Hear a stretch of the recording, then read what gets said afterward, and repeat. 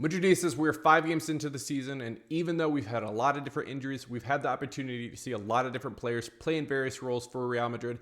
In this video, I want to come on here and tell you what I think our strongest 11 is when everyone is fully healthy for Real Madrid. But before we get started, if you're new around here, I'm Dally with Dallyfc, and I cover all things Real Madrid. And at the end of the video, if you like the content, you want to see more from myself, please hit that subscribe button. Right now, smash that like button. I know we're on international break, but I'll be back very soon with match previews, match recaps, and of course my favorite, the live streams with all the Madridistas. But right now, let's get into it. So the Real Madrid squad has been on international break, and I as well have been on international break, but I'm super happy to be back making another video. You know, it seems like forever since I've been back on here talking about Real Madrid, and I'm super happy to be back. But today I want to come on and kind of, looking at these past 5 games, we've seen a lot of different people be out. Camavinga didn't get to play right away. Bellingham gets injured after, the second game?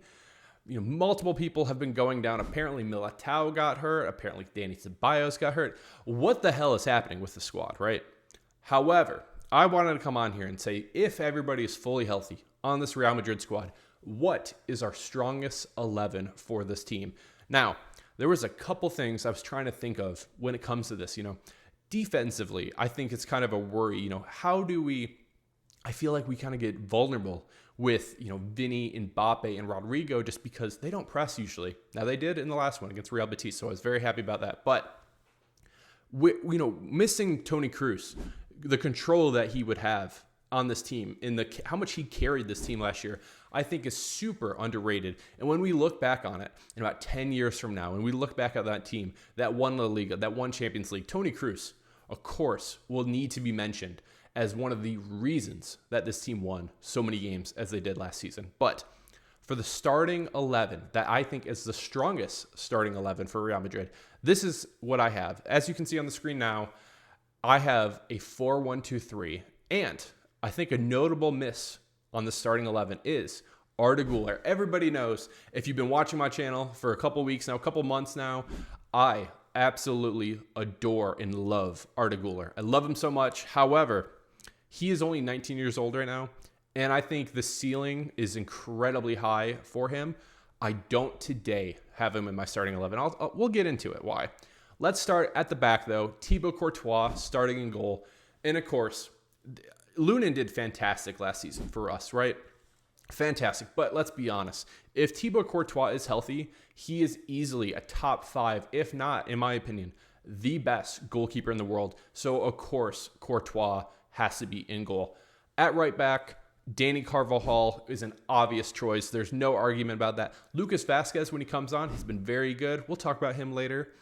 But, Dani Carvajal, he wins the Euros with Spain. He's won, I think, every single Champions League, I think in the past 6, he's been a part of the starting 11. And so no other player has that. Luka Modric doesn't have that. Of course, Cristiano doesn't have that, Benzema, etc.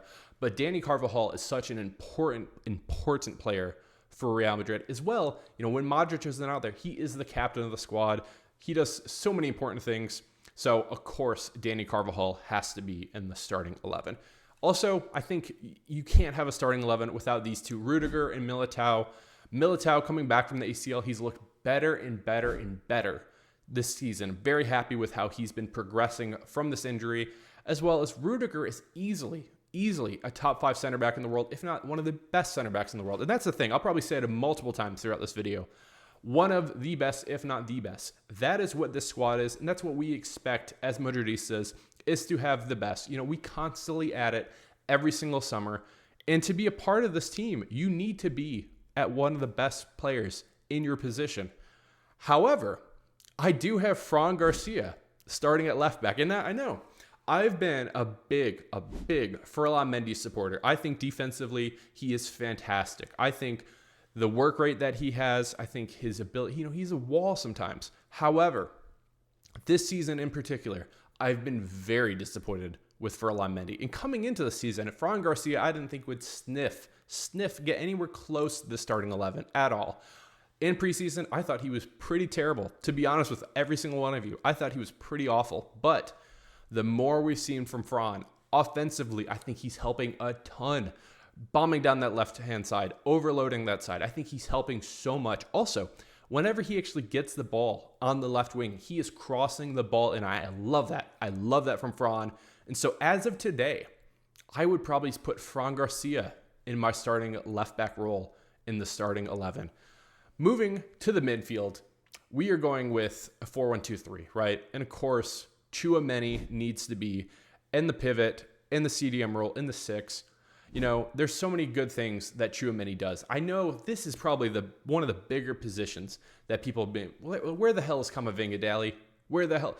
I think Camavinga is fantastic. I just think as a true CDM, I just think Tchouaméni's better. And that's just the honest truth. I just think I really rate Tchouaméni. You know, there's been rumors about Rodri. What do you guys think? If Rodri was available for, it'd be expensive, 120, 150 million. Would you rather go pay for Rodri and pay that much or keep Tchouaméni? Personally, to me, I would way rather keep Tchouaméni. He's younger. I think his ceiling is really high. I think there's a lot of characteristics from him that he can get better and better. I think his shooting can get better. I think his passing can get better. You know, we've seen flashes.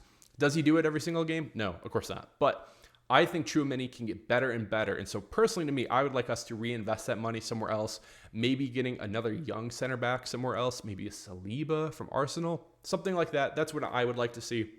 So yes, Tchouaméni would be starting in the CDM role for me.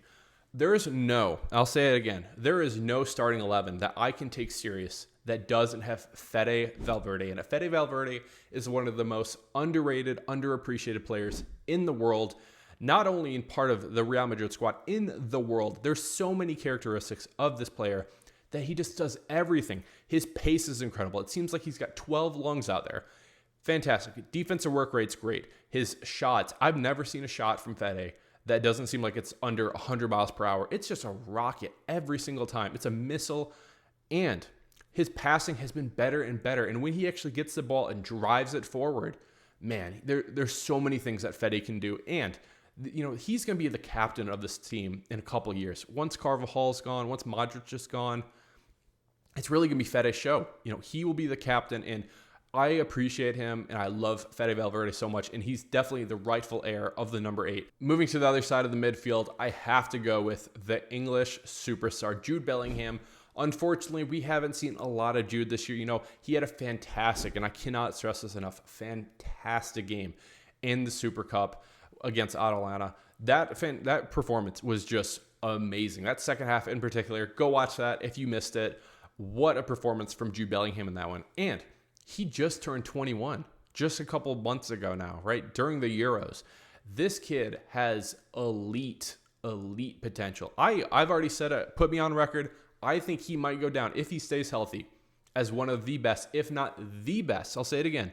The best English player to ever play. I think he has that potential.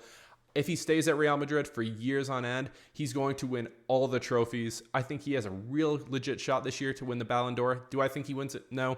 We'll talk about the player that I do think wins it this year. But there's so many things that Bellingham does. But I think his ceiling can get even better. His passing can get better. His duels, he can get better. Defensively, he can get better. But last year was a fantastic year for him, and I don't think we can put a starting 11 out there, a strongest starting 11, right, without Jude Bellingham in it. Now, when it comes to the forwards for this team, you know, there's a couple things I was really thinking about.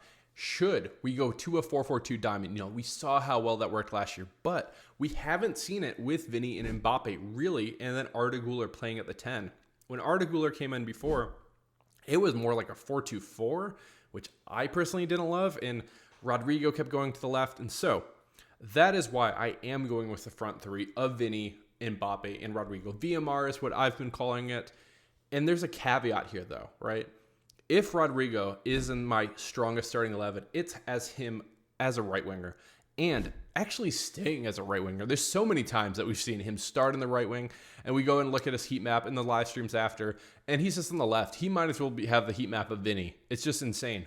So we actually saw in the Real Betis game how well he did as a right wing. He creates, you know, he gets the assist from to Fede to Mbappe, and he looked great, and he actually stayed wide and creates, you know, width for us. We can spread out the defense, and we can create opportunities. Plus, this is going to help Rodrigo, where he can crash into the box and get goals from across from Vinny, from a pass from Mbappe, you know, from a pass from Fede, Bellingham, etc. There's so many things that it can help if Rodrigo can actually play as a true right wing. And so that is why I have Rodrigo starting as a right winger. Now, The top two players in the world, there is no starting lineup that I could put out there that doesn't have Vinny and Mbappe in it. Vinny, right now, I think he should be winning the Ballon d'Or coming up here in October. We'll be talking about it in the coming weeks. But Vinny right now, I think there's been a couple concerns that we've had with him. Was he a little selfish before? Maybe. I think the bigger thing is him and Mbappe are still learning each other. It's been 5 games, everybody. 5 games. And I don't want to overreact. That's not me. That's not my channel. I just think that Vinny and Mbappe, the more and more they play with each other, we're going to be seeing way better link-up play. They're going to be overlapping, overloading the left inside, switching. It's going to be fantastic with these two. Right now, I would say Vinny is probably the best player in the world at his peak, with Mbappe. He's right around number 1 as well. And so having those two, I think though, with Mbappe up top, many people might be like, okay, where's Endrick? I have really liked what I've seen from Endrick, but he's only 18. I think there's a lot of room for him to grow, and we'll talk about him as one of the subs here soon. But Mbappe is going to get better. I think he's going to get like a shit ton of goals. I really do, guys. 40 goals this season, I would not be that surprised. 30 is minimum expectation for him in La Liga, I would say. He has a real chance, Mbappe does, with all the competitions that we're playing in. 50 goals? 50 goals is a real opportunity and something that he should be doing. We can create chances for Mbappe in this one. I just want to see how his role develops as more of a center forward.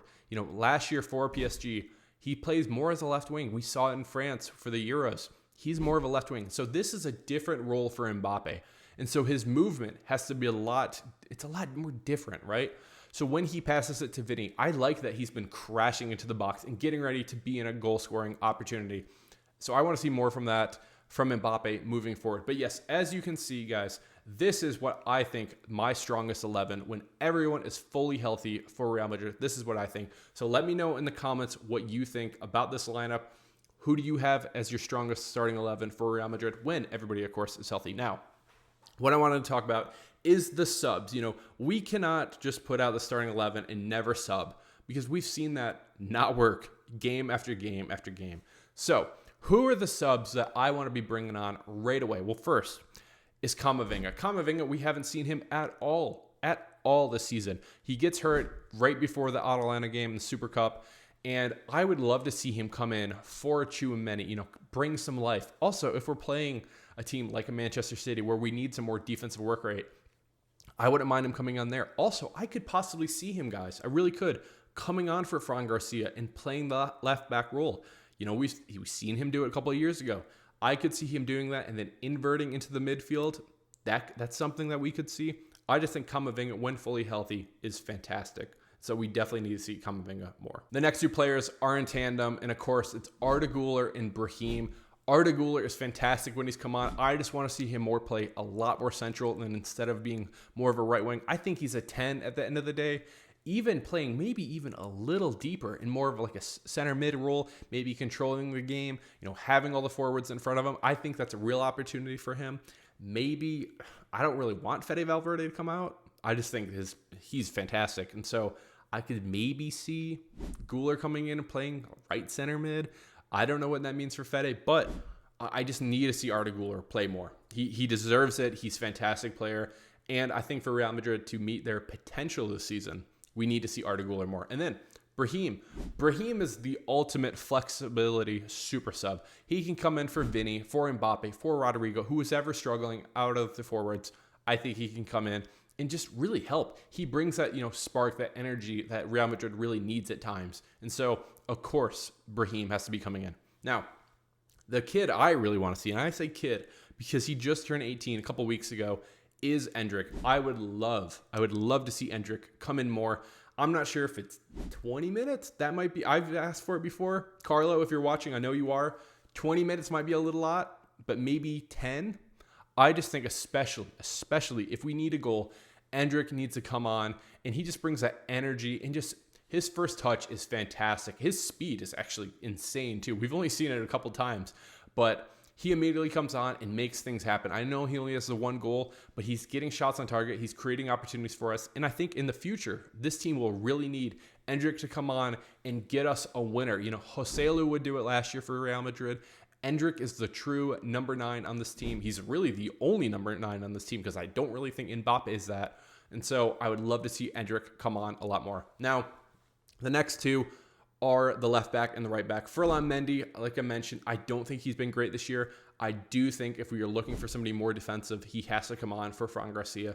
And then also Lucas Vazquez, he's a veteran of this team. He can create opportunities for us. I love when he bombs down the right wing side and crosses the ball in. He will draw penalties for us. He will make assists. He's a fantastic player. And, if Carvajal isn't fully healthy or needs a break, I think Lucas Vazquez is very important for this team. And so this is my starting 11 and all the subs that I want to see for Real Madrid moving forward. So again, guys, let me know in the comments what you think about the starting 11. Also, if you haven't subscribed already, please hit that subscribe button. It really helps me out, and I love having more Madridistas be a part of this community. Also, if you haven't already, please hit that like button. If you made it this far in the video, it really helps me out.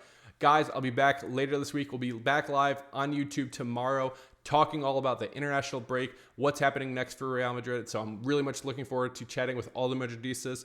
Also, guys, match previews coming up, match recaps, so much more. So stay locked in with me. And guys, thank you so much for watching this video. This has been Dally with Dallyfc. Cheers. Hala Madrid.